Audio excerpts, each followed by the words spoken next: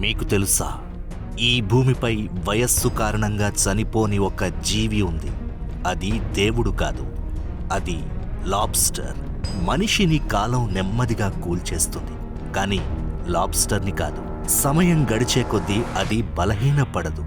అది మరింత పెద్దగా, మరింత బలంగా పెరుగుతూనే ఉంటుంది.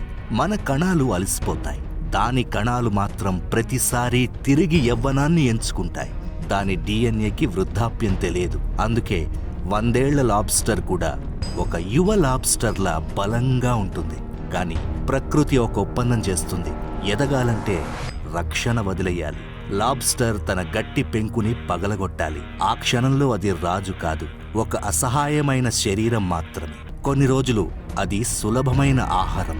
లాబ్స్టర్ వయస్సుతో చనిపోదు, ఎదగడానికి కావలసిన శక్తి లేకపోయిన రోజే అది చనిపోతుంది. బహుశా జీవితం కూడా అంతే. కాలం మనల్ని చంపదు. ఎదగాలనే ధైర్యం కోల్పోయిన క్షణమే మన మరణం మొదలవుతుంది.